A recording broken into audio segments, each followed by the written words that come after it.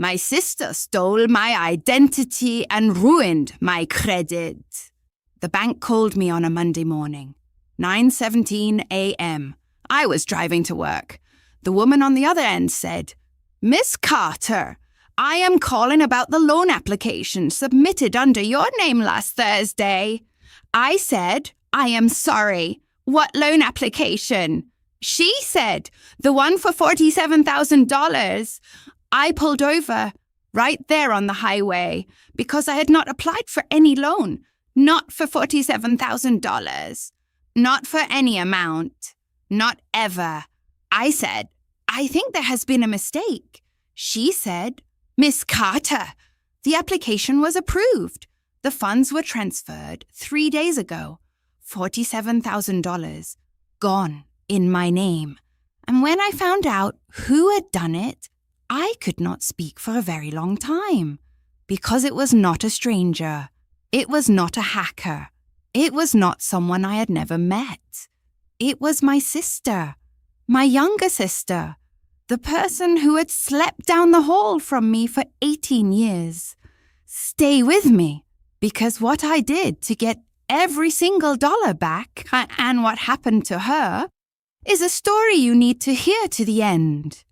My name is Jess Carter. I am 31 years old. I live in Charlotte, North Carolina.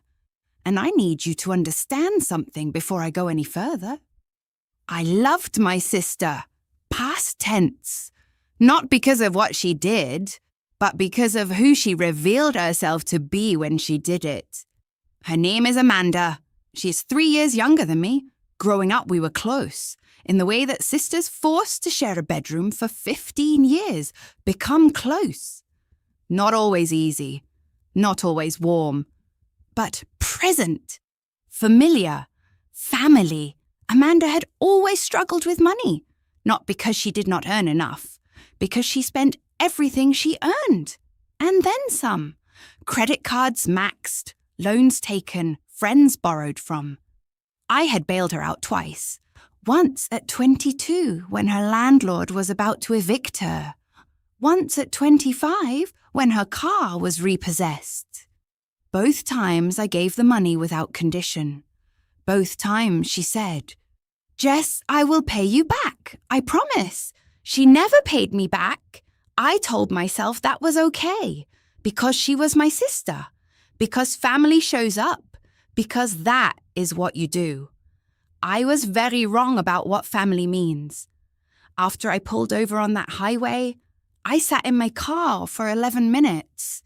I know because I looked at the clock when I pulled over, and I looked at it again when I finally started driving.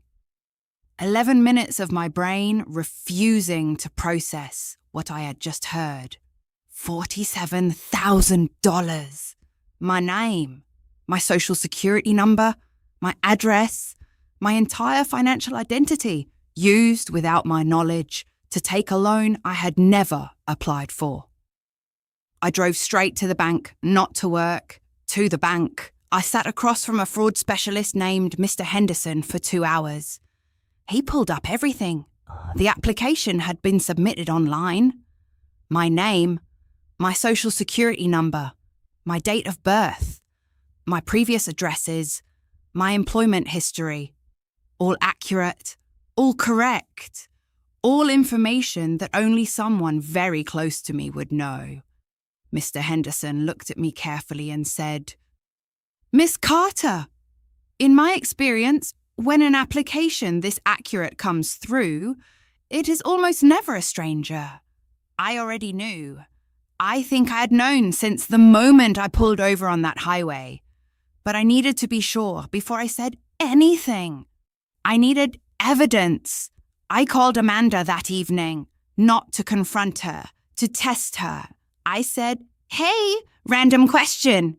Have you heard anything about identity theft lately? I read this article about people getting loans taken out in their name." She said, "Oh my God, really? That is terrifying. Are you okay?" I said, "Yeah, I am fine. Just freaked me out." She said, "You should check your credit report just in case." I said, "Good idea. Thanks." I hung up, and I sat with what I had just heard. She had not hesitated, not for a single second. The warmth in her voice was instant.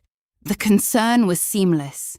She had looked me in the eyes, metaphorically, and lied without blinking.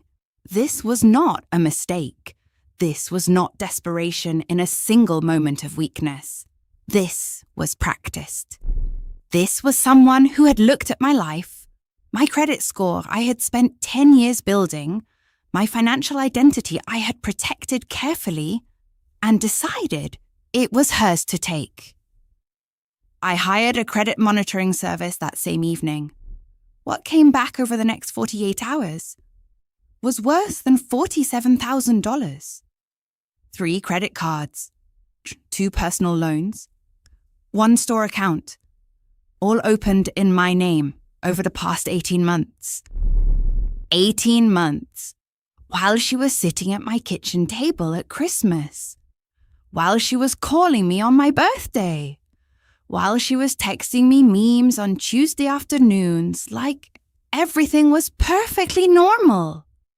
She had been systematically dismantling my financial life. Total damage, $93,000.